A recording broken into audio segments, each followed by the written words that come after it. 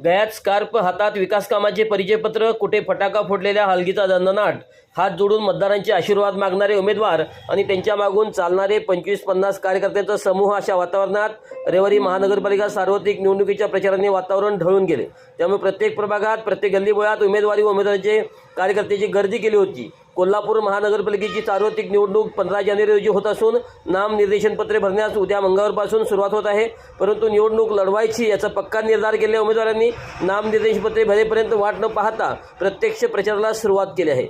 त्यातही शनिवार रविवार 2 दिवस सुट्टीचे असल्याने मतदार घरी भेटतील या अपेक्षेने अनेक उमेदवारांनी मोठ्या पदयात्रा काढल्या।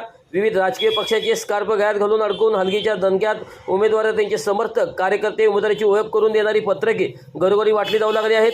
पदयात्रेच्या माध्यमातून मतदारांना भेटल्यावर उमेदवारांनी जोर दिला आहे। रविवारी सायंकाळी 5 नंतर शहरातील अनेक प्रभागातील गल्ल्या, कॉलनी, प्रमुख चौक, रस्ते प्रचार करणाऱ्या कार्यकर्त्यांनी व्यापून गेले होते। यामध्ये महिलांचाही मोठा सहभाग राहिला।